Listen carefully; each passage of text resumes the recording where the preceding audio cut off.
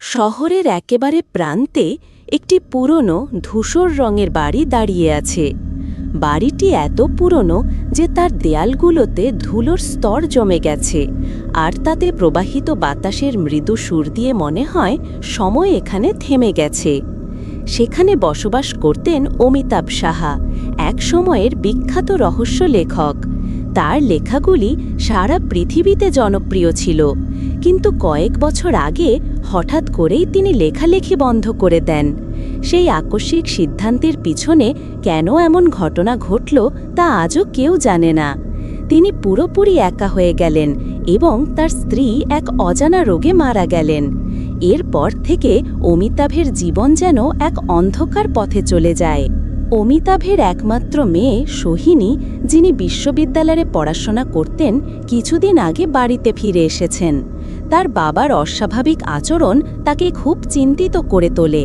ছোটবেলা থেকেই সোহিনী তার বাবার রহস্যময় জীবন নিয়ে বেশ আগ্রহী ছিল, কিন্তু এবার তার বাবা যেন আরও বেশি অস্থির হয়ে উঠেছেন। সারাক্ষণ তার মুখে আতঙ্কের ছাপ আর চোখের নিচে গভীর কালি।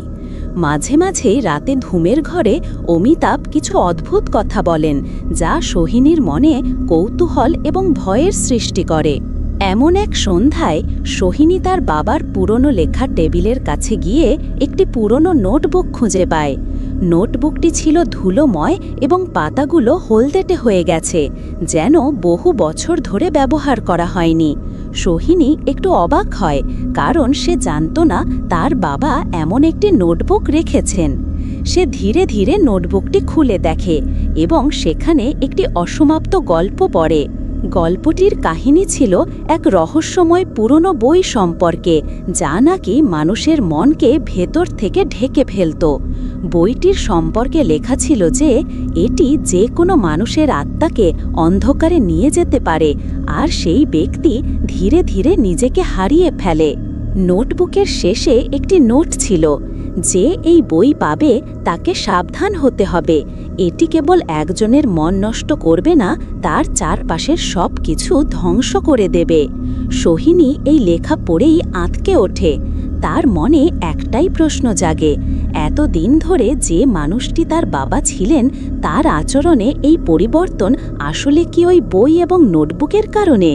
সোহিনীর চিন্তা বাড়তে থাকে, কারণ তার বাবা তো কখনো এমন অস্বাভাবিক কাজ করেননি। সে ধীরে ধীরে সিদ্ধান্ত নেয় সে অবশ্যই এই রহস্যের সমাধান করবে। পরবর্তী দিনগুলিতে সোহিনী লক্ষ্য করতে থাকে তার বাবা অমিতাভ সাহা এক ধরনের অদ্ভুত আচরণ করতে শুরু করেছেন।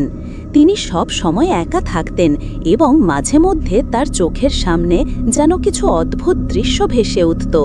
তাকে প্রায়ই দেখা যেত গভীর চিন্তায় নিমগ্ন, যেন কিছু খুঁজে চলেছেন। সোহিনী তার বাবা থেকে একটু দূরে দাঁড়িয়ে সমস্ত কিছু দেখত, কিন্তু কিছুই ঠিকঠাক বুঝে উঠতে পারত না। একদিন সোহিনী একবার পুরনো বইয়ের শেলফের কাছে দাঁড়িয়েছিল। সেখানে তার চোখ পড়ে একটি পুরনো বইয়ের ওপর। বইটি এমনভাবে রাখা ছিল যেন কেউ সেটা বারবার দেখেছে। বইটির কাভারটি ছিঁড়ে গেছে এবং অনেক ধুলো জমেছে। সোহিনী বইটি হাতে নিয়ে খোলার পর বুঝতে পারে এটি সেই রহস্যময় বই। বইটির নাম ছিল অন্ধকারের পরিসর। বইটির ভেতর এক অদ্ভুত সুরকারে লেখা ছিল, যে বইটি পড়বে তার জীবন পরিবর্তিত হবে। তার মন আর মনের গভীরতা কোনো কিছুই তাকে আর রক্ষা করবে না। সোহিনী বুঝতে পারে তার বাবা হয়তো এই বইটি পড়েছেন, কিন্তু কেন, কী কারণে এবং কিভাবে বইটি তার উপর এত প্রভাব ফেলতে পারে? এসব প্রশ্নের উত্তর সোহিনী খুঁজে বের করার জন্য আরও এক পা এগিয়ে যায়। সোহিনী কিছুদিন ধরে তার বাবার আচরণ আরও গভীরভাবে পর্যবেক্ষণ করে। একদিন রাতে সে তার বাবাকে অনুসরণ করতে থাকে। তিনি গোপনে এক পুরনো ঘরে যান, যেখানে এক রহস্যময় কলম রাখা ছিল। সোহিনী চুপচাপ সেই ঘরের দরজা দিয়ে ভিতরে তাকায় আর দেখতে পায় তার বাবা কলমটি হাতে নিয়ে লিখছেন। কিন্তু সেই কলমের কিছু অদ্ভুত বৈশিষ্ট্য ছিল। কলমটি ছিল সিলভার রঙের এবং এর মাথা ছিল বেশ অদ্ভুত, যেন এতে কোনো অতি প্রাকৃত শক্তি লুকানো ছিল। সোহিনী যখন আরও কাছ থেকে লক্ষ্য করে তখন তার মনে হয় কলমটির সাহায্যে অমিতাভ যে লেখা তৈরি করছে তা বাস্তবে কোনো মনস্তাত্ত্বিক পরিবর্তন ঘটাচ্ছে। কলমটি এতটাই রহস্যময় যে তা শুধুমাত্র একটি লেখার যন্ত্র নয়, বরং এটি একজন লেখকের মনকে পুরোপুরি শোষণ করে ফেলতে সক্ষম। সোহিনী বুঝতে পারে কলমটি ব্যবহার করে তার বাবা সম্ভবত এমন একটি বাস্তবতা তৈরি করছেন যা তার মনকে ধীরে ধীরে পরিবর্তন করে ফেলছে। সোহিনী ভীষণ আতঙ্কিত হয়ে যায়, কারণ সে জানে না কলমটির শক্তি কিভাবে কাজ করে এবং এটি তার বাবার জীবনে কী ধরনের পরিবর্তন আনতে পারে। তবে সোহিনী একটাও মুহূর্ত নষ্ট করতে চায় না। সে নিশ্চিত করে যে সে এই রহস্যের সমাধান করবে এবং তার ওপর আসা অন্ধকার শক্তি দূর করবে। সোহিনী সিদ্ধান্ত নিল সে আর এই রহস্যের পেছনে না যাবে না। প্রতিদিন তার বাবার আচরণে অস্বাভাবিকতা বাড়ছিল। একদিন রাতে সোহিনী আরও একবার অমিতাভ সাহাকে অনুসরণ করে জানালা দিয়ে দেখল তার বাবা সারা রাত এক অন্ধকার ঘরে বসে আছেন। ঘরটি পুরনো এবং জমে থাকা ময়লা ও ধুলোর কারণে অদ্ভুত গন্ধ ছড়াচ্ছিল। সোহিনী দরজার পাশ থেকে কান পেতে শোনে তার বাবা যেন কিছু একটা লিখে চলেছেন। সোহিনী ধীরে ধীরে ঘরের ভেতরে ঢুকে যায়। এক অন্ধকার কোণে বসে তার বাবা কলমটি হাতে নিয়ে কিছু লিখছিলেন। কলমটির গায়ের সিলভার রং ছিল ম্লান এবং এর মাথা ছিল অদ্ভুত আকৃতির। কলমটি ব্যবহারের পর অমিতাভের মুখাবয়বে আরও অদ্ভুত পরিবর্তন আসছিল। সোহিনী পেছনে দাঁড়িয়ে ধীরে ধীরে সেই কলমের দিকে তাকায়। কিছুটা সময় পর তার বাবা অমিতাভ একটা চিরাচরিত অক্ষরের মতো কিছু লিখে ফেলেন, কিন্তু তাতে ছিল অস্বাভাবিক চিহ্ন যেগুলি সোহিনীর কাছে একেবারে অপরিচিত মনে হয়। সে জানত না ওই কলমের রহস্য কী, তবে বুঝতে পারছিল এটি কিছু একটা ভৌতিক শক্তির সাথে সম্পর্কিত। সোহিনী তার চোখের সামনে যে ঘটনা ঘটছে তাতে তার ভেতর এক গভীর আশঙ্কা সৃষ্টি হচ্ছিল। কিছুটা সময় পর অমিতাভ শান্তভাবে সেগুলো পড়তে শুরু করেন এবং তার চোখে অদ্ভুত এক উন্মত্ততা দেখা দেয়, যেন তিনি আর নিজেকে নিয়ন্ত্রণ করতে পারছেন না। সোহিনী আতঙ্কিত হয়ে ঘরের বাইরের দরজা থেকে ধীরে ধীরে বেরিয়ে আসে। সে জানত কলমটি তার বাবার জীবনে এক ভয়ঙ্কর পরিবর্তন এনে দিয়েছে। কিছুদিন ধরে অমিতাভের আচরণে আরও বেশি অস্বাভাবিকতা দেখা দিয়েছিল। তার রক্তের মধ্যেও যেন এক অজানা শক্তি প্রবাহিত হচ্ছিল। সোহিনী আবার সেই পুরনো নোটবুকটির দিকে চোখ বুলিয়ে দেখে। এক মুহূর্তের জন্য তার মনে হয় হয়তো সেদিন পড়া লেখাটি কিছু একটা সঠিকভাবে উপলব্ধি করার সুযোগ দেয়। সে বুঝতে পারে কলমের শক্তি এতই প্রবল যে তার বাবা হয়তো সেই শক্তির খপ্পরে পড়ে নিজের আত্মাকে হারাতে বসেছেন। সোহিনী কাঁপতে কাঁপতে কিছু একটা সিদ্ধান্ত নিল। সে কলমটির শক্তি শেষ করার জন্য তার বাবাকে জিজ্ঞাসা করতে চায়, তবে সে জানত যে তার বাবা কোনোভাবেই এই রহস্যে ভাসতে রাজি হবেন না। তারপর সোহিনী আবার বাবার ঘরের কাছে আসে এবং নিজের ওপর আস্থা নিয়ে বলল, বাবা, আমি জানি আপনি কিছু গোপন করছেন, কিন্তু আমি আপনাকে হারাতে চাই না। আমাকে সত্যটা বলুন। অমিতাভ ধীরে ধীরে ঘুরে তাকালেন। তার চোখের মধ্যে অবিশ্বাস্য এক শূন্যতা ছিল। তুমি যা জানতে চাচ্ছ সোহিনী, তা জানলে তুমি আর কখনো শান্তি পাবে না। তুমি তো আমার কাছে কিছুই হারাবে না, কিন্তু আমি যা হারিয়েছি তাও তুমি বুঝতে পারবে না। সোহিনী হতবুদ্ধি হয়ে তাকিয়ে থাকল। কিছু মুহূর্ত চুপ থাকার পর তার বাবা অবশেষে কথা বলতে শুরু করেন। তিনি বললেন, এই কলমের শক্তি শুধু আমার নয়, আমি এই কলমের প্রভাবের মধ্যে আছি অনেক দিন ধরে। তোমার বাবা এই কলমের ব্যবহার শুরু করার পর আমার জীবন বদলে গেছে সোহিনী। এক একটি শব্দের সঙ্গে যেন এক একটি জীবন্ত অস্তিত্ব তৈরি হয়ে গেছে, আর কলমটি এগুলোকে প্রতিফলিত করে। সোহিনী আতঙ্কিত হয়ে বাবাকে জিজ্ঞাসা করল, তাহলে আপনি কি এই কলমের দ্বারা সৃষ্ট জীবন্ত অস্তিত্বগুলোকে থামাতে পারেন? অমিতাভ কিছুটা দুঃখিত মুখে মাথা নেড়ে বললেন, না সোহিনী, কলমটির শক্তি আমার ওপর অনেকটাই আধিপত্য বিস্তার করেছে। আমি যদি থামাতে চাই তবে আমি নিজেকে ধ্বংস করে ফেলব। এই কলমের লেখাগুলি একসময় শুধুমাত্র কল্পনা ছিল, কিন্তু এখন তা বাস্তব হয়ে উঠেছে। সোহিনী গভীরভাবে চিন্তা করতে থাকে। সে জানত যদি এই রহস্যময় কলমের শক্তি বন্ধ না করা যায়, তবে তার বাবা কখনোই আগের মতো হতে পারবেন না। সোহিনী তখন আরও এক ধাপ এগিয়ে যেতে চায়। সে ঠিক করে সে কলমটির শক্তি শেষ করতে চাইবে, তবে এর জন্য তাকে আরও বেশি তথ্য এবং একাধিক পন্থা অনুসন্ধান করতে হবে। এক রাত সোহিনী তার বাবার পুরনো লেখার টেবিলের পেছনে সেসব বই খুঁজে বের করে যা তার বাবা একসময় লিখেছিলেন। সেখানে একটি বই ছিল যার নাম ছিল অন্ধকারের শেষ সীমানা। বইটির কিছু পৃষ্ঠা ছেঁড়া ছিল এবং পুরনো। সোহিনী বইটি খুঁজে দেখে সেখানে অদ্ভুত কিছু প্রাচীন পদ্ধতির বর্ণনা ছিল, যার মাধ্যমে কোনো অতিপ্রাকৃত শক্তি ধ্বংস করা সম্ভব ছিল। বইয়ের মধ্যে এমন কিছু তথ্য ছিল যা সোহিনী একেবারে উপেক্ষা করেছিল। সে জানত এখন তাকে এই বইটি অনুসরণ করেই কলমটির শক্তি শেষ করতে হবে এবং তাকে নিজের বাবা অমিতাভ সাহাকে পুনরায় তার আগের অবস্থায় ফিরিয়ে আনতে হবে। সোহিনী রাতের অন্ধকারে বসেছিল। তার মাথায় অসংখ্য প্রশ্ন, বিপদ এবং উদ্বেগের মাঝে একটি চিন্তা ঘুরপাক খাচ্ছিল, কলমটির শক্তি কিভাবে শেষ করা যাবে। তার বাবার জন্য কিভাবে এই অন্ধকার থেকে বেরিয়ে আসা সম্ভব। সে জানত তার বাবার অবস্থা শুধুমাত্র লেখার কলমের ফল নয়, বরং এটি এক প্রকার শয়তানি শক্তির প্রকট প্রকাশ। প্রথমে সোহিনী বিশ্বাস করতে চায়নি যে তার বাবা এমন কিছু ঘটিয়ে ফেলেছেন যা তাদের জীবনের মধ্যে একটি অমীমাংসিত অন্ধকার রেখে গেছে। কিন্তু যখন সে বইটি পড়তে শুরু করল, অন্ধকারের শেষ সীমানা, তখন সেও অনুভব করতে লাগল যে এই বইটি শুধুমাত্র একটি উপন্যাস নয়, এটি একটি প্রাচীন রহস্যের অনুসন্ধান। যে শক্তি তার বাবাকে গ্রাস করেছে, সে শক্তি আসলে বহু শতাব্দী ধরে মানুষের মধ্যে ছড়িয়ে পড়েছিল। সেই শক্তি এমনকি মৃতদেরও জীবিত করার ক্ষমতা রাখে। বইয়ের শেষের দিকে এক অদ্ভুত বাক্য ছিল, যে কলমের সাথে সৃষ্টি হয় সে কলমকেই ধ্বংস করতে হবে। যদি তা না হয় তবে সে কলম তার ব্যবহারকারীকে শোষণ করে যাবে, শেষ পর্যন্ত তাকে অন্ধকারে নিয়ে গিয়ে তার আত্মাকে বিকৃত করে ছাড়বে। সোহিনী এই বাক্যটি পড়ে আরও বেশি শঙ্কিত হয়ে উঠল। তার মনে পড়ল তার বাবা দীর্ঘদিন ধরে সেই কলমটি ব্যবহার করছিলেন এবং তার ব্যবহারের প্রতিক্রিয়া ছিল ভয়ঙ্কর।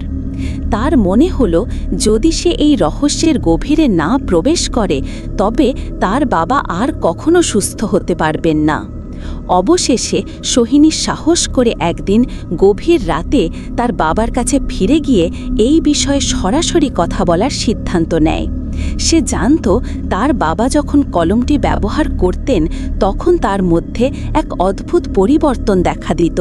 সেই পরিবর্তন নিয়ে কথা বললে হয়তো সে কিছুটা সমাধান খুঁজে পেতে পারে। সোহিনী দরজা ধাক্কিয়ে ঢুকতেই অমিতাভ তার দিকে চোখ তুলে তাকান। তিনি একে একে সোহিনীর দিকে এগিয়ে আসেন। তার চোখে যেন কিছু একটার আকর্ষণ ছিল, কিন্তু মুখের মধ্যে কোনো অনুভূতি ছিল না।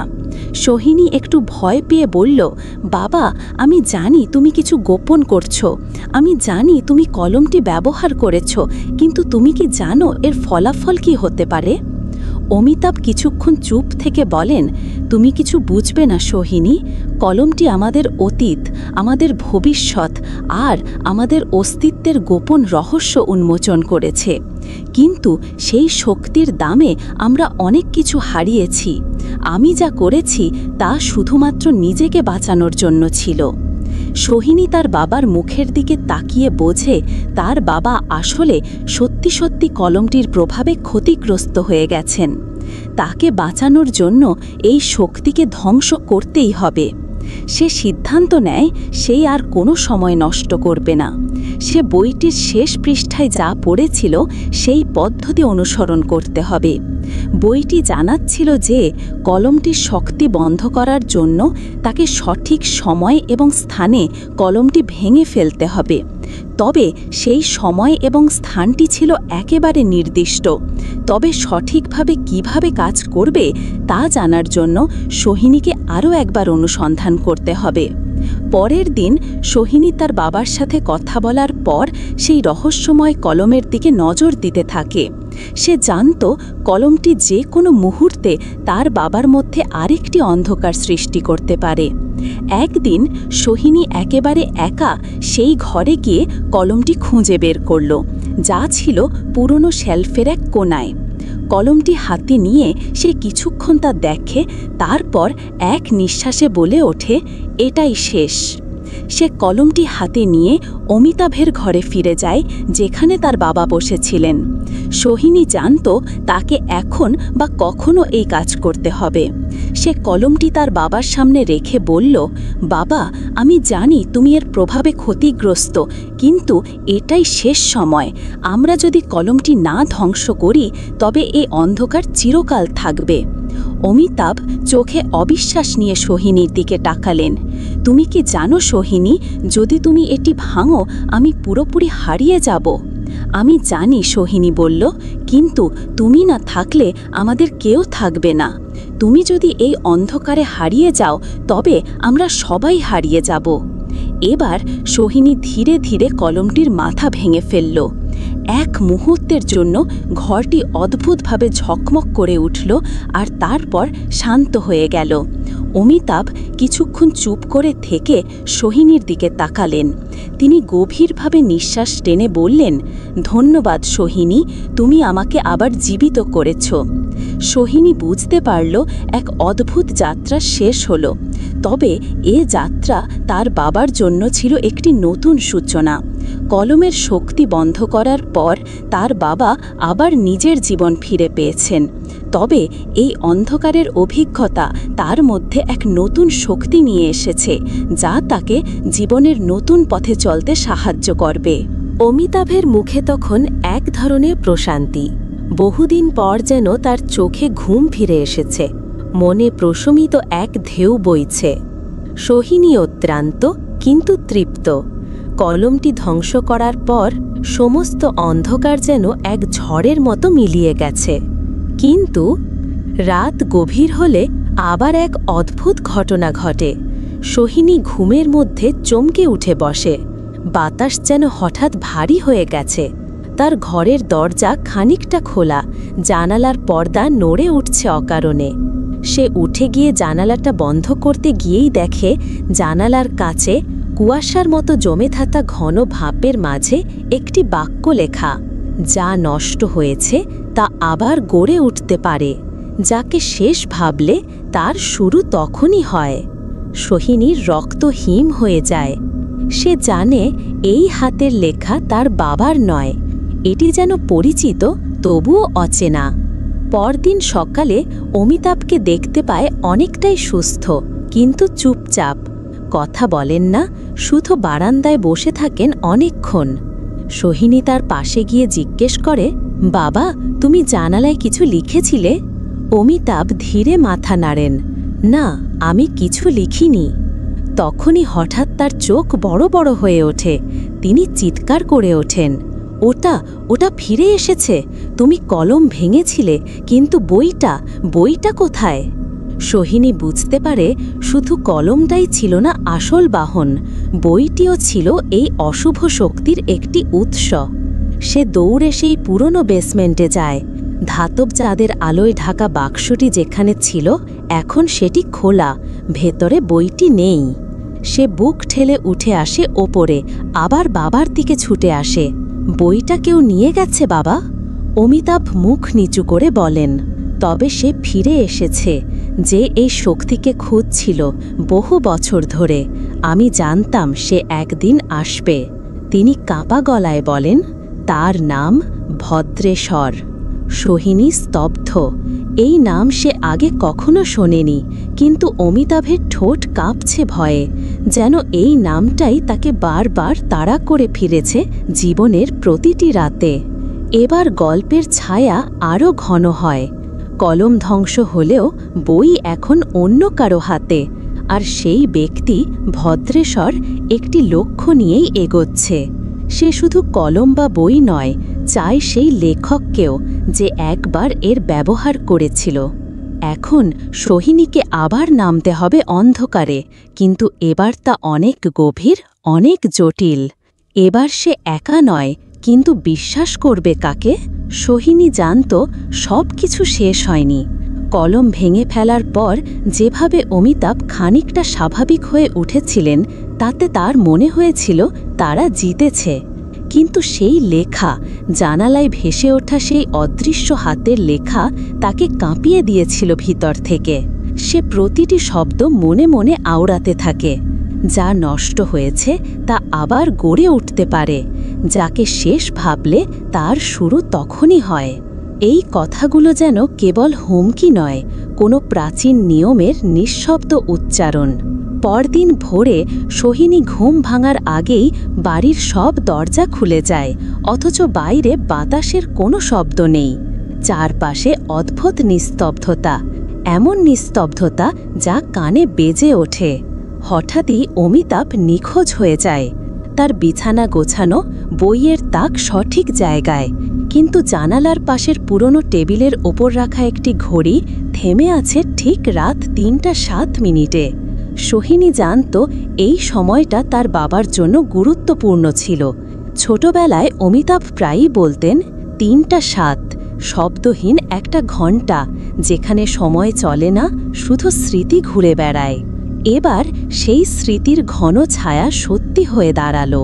অমিতাভের ঘরের ভেতর সোহিনী খুঁজে পায় একটি নতুন পাণ্ডুলিপি। অর্ধেক লেখা, নাম নেই, লেখকের পরিচয় নেই। পাতাগুলো স্পষ্টভাবে আঁকা, কিন্তু প্রতিটি শব্দ যেন ধাঁধা হয়ে ছড়িয়ে আছে। প্রথম লাইন ছিল, ভদ্রেশ্বর কেবল একজন মানুষ নয়, সে এক আকারহীন সত্য, যা লেখকের কল্পনার ভেতর জন্ম নিয়ে বাস্তবে রক্ত ঝরায়। সোহিনীর রক্ত হিম হয়ে যায়। সে এবার উপলব্ধি করে ভদ্রেশ্বর আসলে একটি নাম নয়, একটি সত্তা, যাকে কেউ সৃষ্টি করেছিল, কিন্তু এখন সে নিজের ইচ্ছায় বেঁচে আছে। এবং যে বইটা হারিয়ে গেছে সেটা সেই সত্তার দরজা।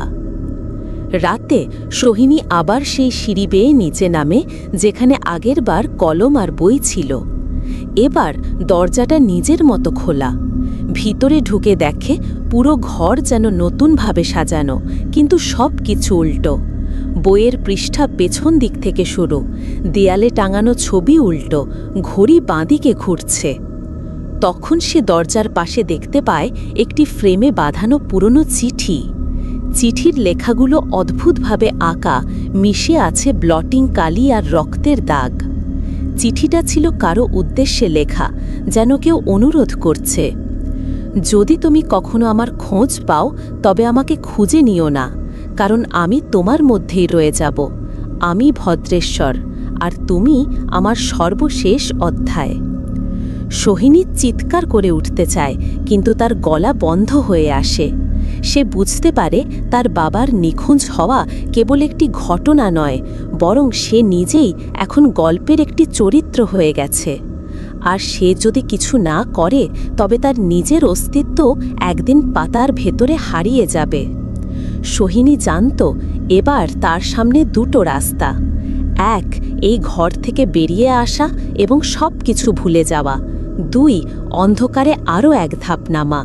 কিন্তু তার বাবার জন্য, নিজের অস্তিত্বের সত্য জানার জন্য সে দ্বিতীয় পথটাই বেছে নেয়। সে ধীর পায়ে ঘরের দেয়ালে টাঙানো সেই উল্টো ছবির দিকে এগোয়।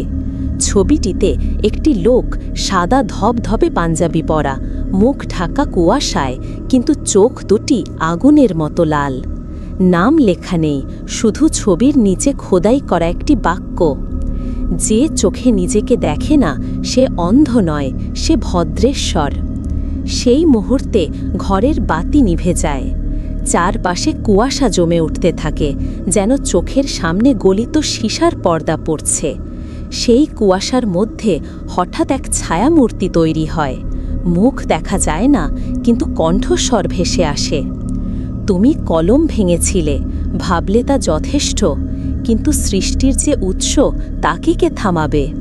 সোহিনী জিজ্ঞেস করে, তুমি কে? ভেসে আসে উত্তর, আমি এক লেখকের অপরাধ, আমি সেই বাক্য যাকে বলা যায় না, আমি ভদ্রেশ্বর। ছায়ামূর্তিটা ধীরে ধীরে মিলিয়ে যায়, কিন্তু দেয়ালের পেছনে খুলে যায় আরেকটি গোপন কুঠুরি। ভেতরে পুরনো কাঠের তাক, যার গায়ে ধুলো মাখা বই। তাদের পৃষ্ঠায় ছাপা নেই, কিন্তু স্পর্শ করলেই শব্দ বের হয়, কেউ যেন পড়ে শোনাচ্ছে। একটা বইয়ের থেকে শোনা যায়, 1857 সাল, অবিভক্ত বাংলার এক নির্জন গ্রামে এক লেখক ছিলেন যার নাম কোনোদিন প্রকাশ হয়নি। তিনি এমন একটি বই লেখেন যার প্রত্যেকটি অধ্যায় কারো না কারো ভবিষ্যৎ হয়ে ওঠে। সেই বইতে লেখা শেষ হলেই কেউ হারিয়ে যেত। সেই লেখকই প্রথম ভদ্রেশ্বর, নামহীন, নির্ভরহীন, শিকড়বিহীন। এবং 100 বছর পর সেই বই এসে পড়ে এক নবীন লেখকের হাতে, অমিতাভ সাহা। সোহিনী ততক্ষণে বুঝে যায় তার বাবা শুধু লেখক ছিলেন না, তিনি সেই বইয়ের অভিশপ্ত উত্তরাধিকার। হঠাৎ তার পেছনে শব্দ হয়, পায়ের আওয়াজ, ধীরে ধীরে কাছে আসছে। সে ফিরে তাকায়, কেউ দাঁড়িয়ে, মুখ ঢাকা ছায়ায়, হাতে একটি বই, সেই বই যেটা হারিয়ে গিয়েছিল। লোকটি বলে, তোমার বাবাকে আমি নিইনি, সে নিজেই এসেছে নিজের শেষ অধ্যায় লিখতে, কিন্তু তুমি এখন পরবর্তী লেখক। সোহিনীর গলা শুকিয়ে যায়, সে ফিসফিস করে বলে, আমি তো কিছুই জানি না। লোকটি একটু হেসে বলে, সৃষ্টির জন্য জানতে হয় না, শুধু লিখতে হয়। আর তুমি লিখলে আমি বাঁচি, কারণ আমি সেই অক্ষর যা ভুললে ঘুম আসে, মনে রাখলে মৃত্যু। লোকটি বইটা তার দিকে বাড়িয়ে দেয়। সোহিনী বইটা স্পর্শ করে, আর তখনই চারপাশ ঘুরে যায়, ঘর, মেঝে, দেয়াল সব মিলিয়ে যায়। সে নিজেকে আবিষ্কার করে একটি পুরনো লাইব্রেরির ভেতরে। সামনে সারি সারি বই, অন্ধকার আর কুয়াশার ভেতর থেকে ভেসে আসে অস্পষ্ট সব নাম, অমিতাভ, অরিন্দম, নন্দিনী, রঞ্জনা, আর তার নিজের নাম সোহিনী। তারা সবাই ছিল চরিত্র, কেউ লেখক, কেউ পাঠক, কেউ গল্প। আর সে এখন লেখক, অথবা গল্প নিজেই। সোহিনী ধীরে ধীরে লাইব্রেরির ভেতরে এগিয়ে যায়। চারদিকে ছড়ানো অগণিত বই, কিন্তু কোনোটারই মলাটে লেখকের নাম নেই। প্রতিটি বই যেন পরিচয়হীন এক আত্মার মতো। বাতাস ভারী, গন্ধে পুরনো কালি আর পচা চামড়ার গন্ধ। হঠাৎ করেই এক কোণে আলোর রেখা পড়ে। সেখানে একটি মাত্র বই খোলা, পাতায় লেখা এক লাইন, যখন লেখক হারিয়ে যায় তখন গল্প বাঁচে তার রক্তে। ঠিক সেই মুহূর্তে সোহিনীর মনে পড়ে যায়, একদিন অমিতাভ বলেছিলেন, গল্প কখনো শেষ হয় না, শুধু লেখক পাল্টে যায়। আর কিছু কিছু গল্প আছে যেগুলো লেখককেই খেয়ে ফেলে। হঠাৎই লাইব্রেরির এক পাশ থেকে একটি দরজা খোলে। ভিতরে কুয়াশা, ঘরের মাঝখানে বসে আছেন অমিতাভ সাহা। কিন্তু তিনি আগের মতো নন। তার চোখে এক অদ্ভুত নিষ্পাপ হাহাকার, যেন কোনো শিশু তার স্বপ্ন হারিয়ে কাঁদছে। তিনি বলেন, আমি আর লেখক নই, আমি এখন শুধু লেখা। ভদ্রেশ্বর আমাকে ছেড়ে দিয়েছে, কারণ আমার গল্প শেষ। সোহিনী ধীরে ধীরে তার কাছে এগিয়ে যায়। সে প্রশ্ন করে, তুমি কি সত্যি বেঁচে আছো? অমিতাভ মাথা নাড়েন। বেঁচে থাকা আর লেখা, এই দুয়ের মাঝে পার্থক্য খুব সূক্ষ্ম মেয়েটা। আমি এখন এই ঘরের অক্ষর, লাইনের ভেতরে এক নীরব উপস্থিতি। সোহিনীর চোখে পানি চলে আসে। সে বাবার হাত ধরতে চায়, কিন্তু ছায়ার মতো হাতটা মিলিয়ে যায়। ঠিক তখনই আবার সেই কণ্ঠস্বর ভেসে আসে, তুমি শেষ লেখক। তুমি চাইলে আমিও বাঁচতে পারি।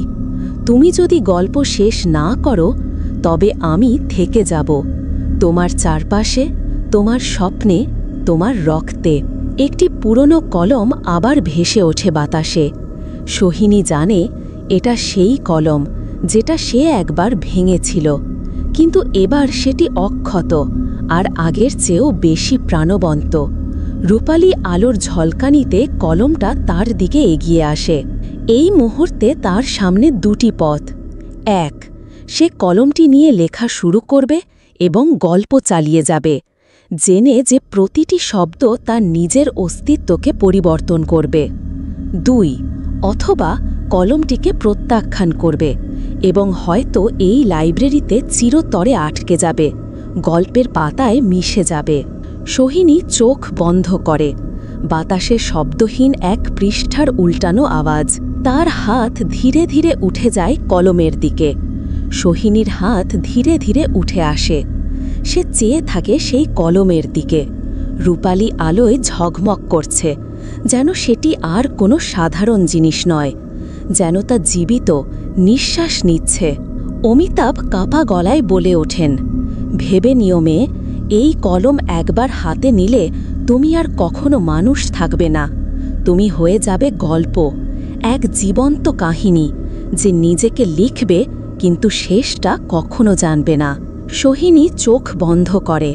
বাবার মুখ, তার পুরনো গল্প, তার মা, সেই নোটবুক এবং বারবার ভেসে ওঠে সেই বাক্যটা, এটি কেবল একজনের মন নষ্ট করবে না, তার চারপাশের সব কিছু ধ্বংস করে দেবে। সে চোখ খুলে ফেলে। তার মুখে স্পষ্ট সিদ্ধান্তের ছাপ। সে কলমটা ধরে। ঠিক সেই মুহূর্তে সব কিছু বদলে যায়। পৃথিবী যেন তার ভারসাম্য হারিয়ে ফেলে। লাইব্রেরির মেঝে ফেটে যায়, বইগুলো বাতাসে ভাসতে থাকে, আর প্রতিটি বই থেকে ভেসে আসে আর্তনাদ, হাসি, কান্না। প্রতিটি অসমাপ্ত চরিত্র যেন নিজের জন্য জায়গা চাইছে।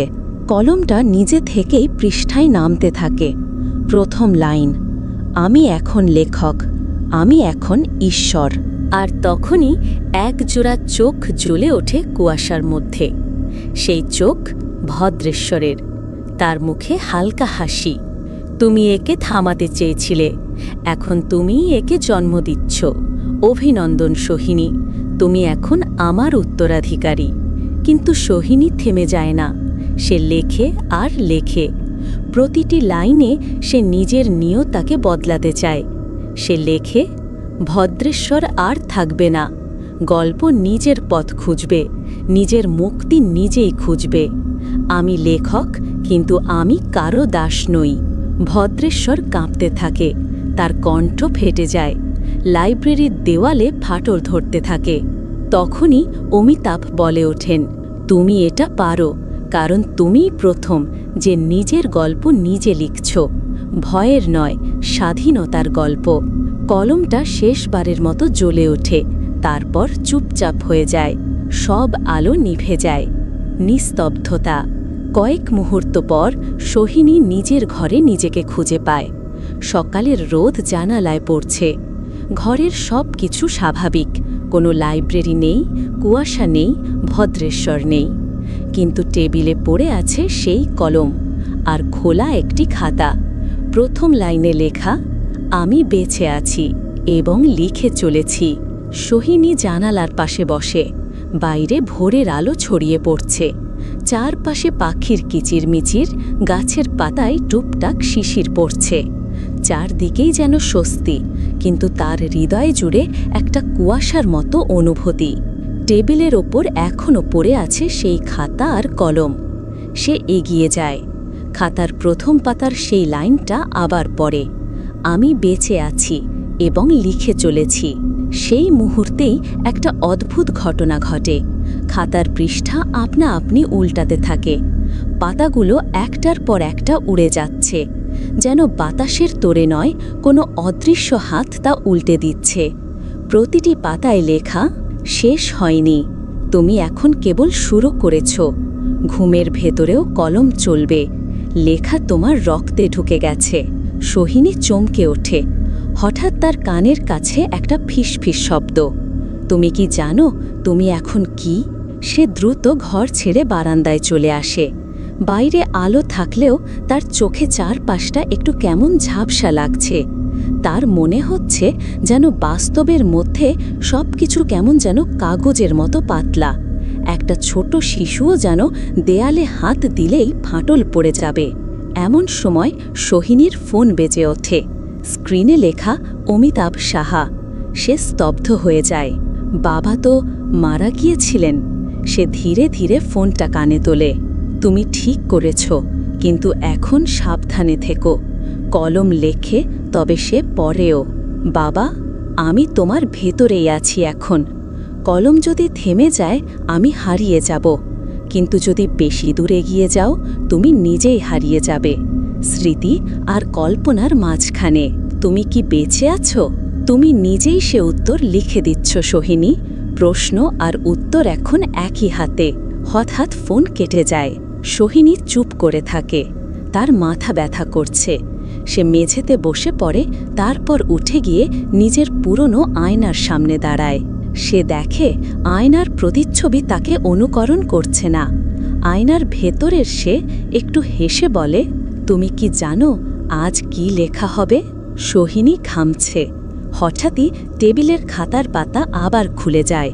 নতুন পৃষ্ঠায় লেখা, এখন থেকে প্রতিদিন যা ঘটবে তার সবই লেখা থাকবে এই খাতায়। তোমার লেখা নয়, তারও অজানা হাতের লেখা। তুমি শুধু পাঠক। আলো একটু ম্লান হয়ে আসে। ঘরের দেওয়ালে হালকা চির ধরেছে। সেই চিরের ভিতর দিয়ে সাদা কাগজের মতো কিছু উঁকি দিচ্ছে, এবং খুব ধীরে দেয়ালের ভেতর থেকে বেরিয়ে আসে একটি ছায়ামূর্তি। তার মুখ নেই, চোখ নেই, কিন্তু সে হাতে ধরে আছে একটি নতুন খাতা। ঘরটা কাঁপতে থাকে। দ্বিতীয় সোহিনী এবার হঠাৎ কেঁপে ওঠে, তারপর ভেঙে যেতে শুরু করে, যেন কাঁচের ভেতর ট্র্যাপড একটা ছায়া ছুটে পালানোর চেষ্টা করছে। সোহিনী আবার লেখে, এই ঘরটা বাস্তব এবং আমি এই বাস্তবের অধিকারী।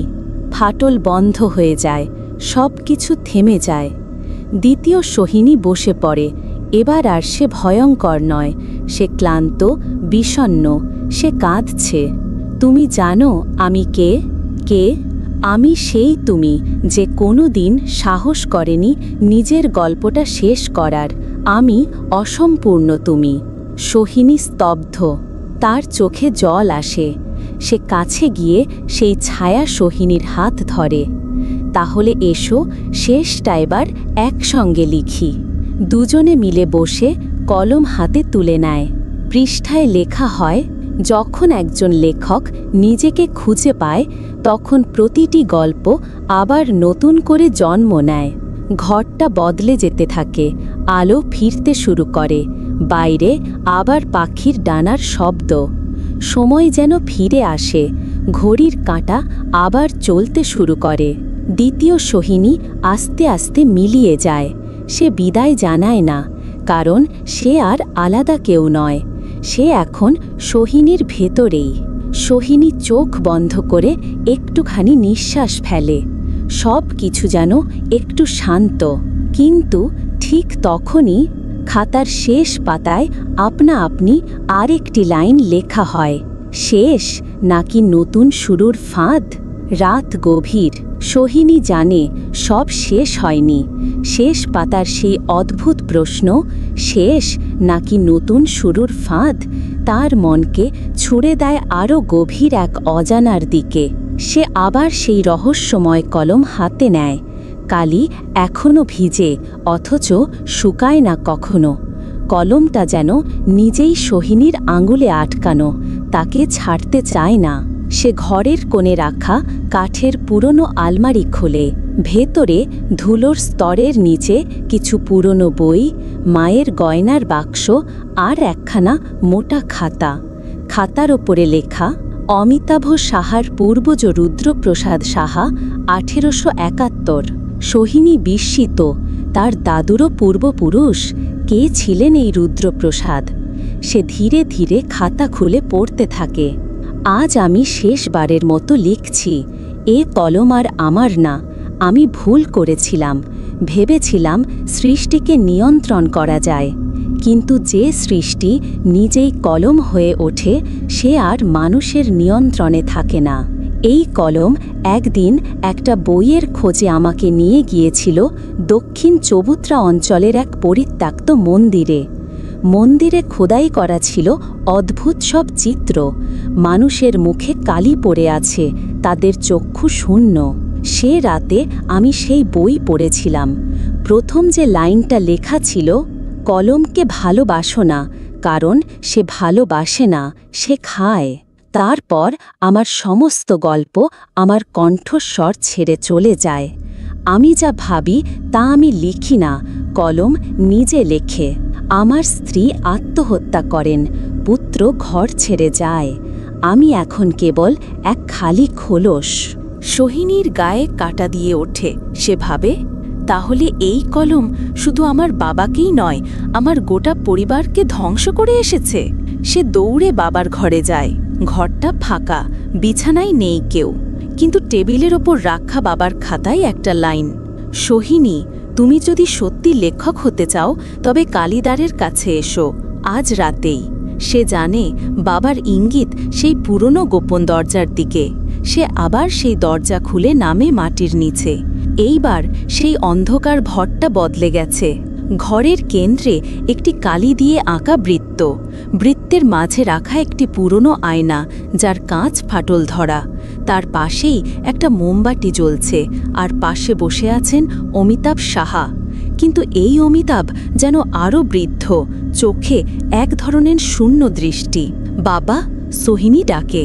অমিতাভ ধীরে মুখ তোলে, মুখে ক্লান্তির ছাপ। তুমি শেষ গল্পটা লিখেছ? না, কিন্তু আমি শুরু করেছি। অমিতাভ কাঁপা হাতে কলমটা নিতে চায়। সোহিনী পিছিয়ে যায়। এবার তোমার পালা না বাবা, এ আমার লড়াই।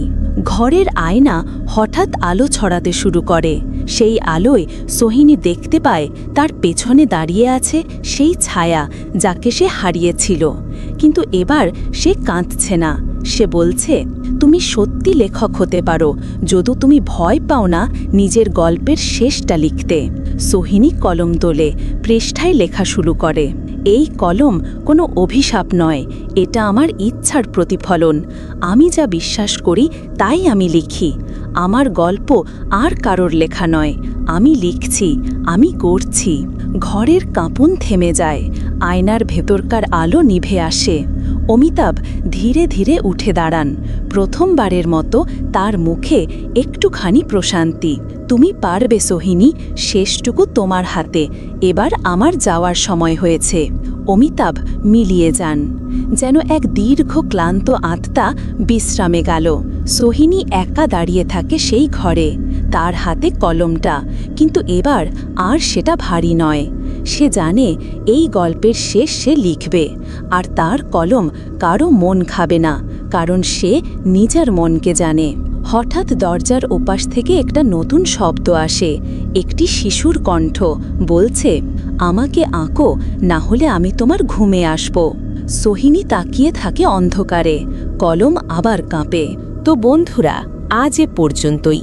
পরের পার্টে আমরা জানব যে সেই শিশু কণ্ঠ কার, নতুন চরিত্র কি সত্যি তার সৃষ্টি, নাকি কলমের খেলা আবার শুরু হচ্ছে। গল্পটি যদি আপনাদের কাছে ভালো লেগে থাকে তাহলে অবশ্যই একটা লাইক দিয়ে কমেন্টে লিখে জানাবেন।